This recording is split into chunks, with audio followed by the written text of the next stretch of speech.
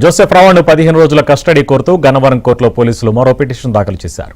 గతంలో వారం రోజుల కస్టడీ కోరిన పోలీసులు ఇప్పుడు ఆ పిటిషన్ ఉపసంహరించుకున్నారు. ప్రస్తుతం జోసెఫ్ రావణ్ రిమాండ్ ఖైదీగా ఉన్నారు.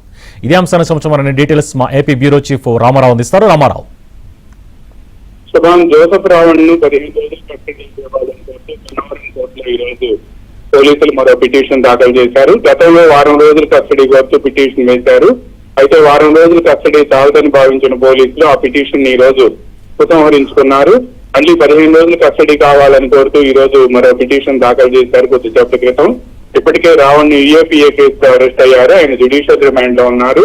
ఆయనకి సంబంధించిన విచారణ సందర్భంగా పోలీసులు కస్టడీ కోరుతూ 15 రోజులు కావాలని కోరుతూ పిటిషన్ వేశారు. వాళ్ళు అందులో పేర్కొన్నది ఏంటంటే ఆయన చెప్పే విషయాల ఆధారంగా ఆయన ఇక్కడి నుంచి ఛత్తీస్గఢ్ కానీ లేకపోతే బెంగళూరు కానీ లేకపోతే వేరే ప్రాంతాలకు తీసుకువెళ్లాలంటే ప్రయాణం కోసమే వారం రోజుల సమయం పోతుంది, ఇక విచారించే సమయం ఉండదు. కాబట్టి అందువలన కస్టడీ పొడిగింపును 15 రోజులు కావాలని కోరుతూ మరో పిటిషన్ దాఖలు చేశాము అని చెప్పి పోలీసులు చెబుతున్నారు.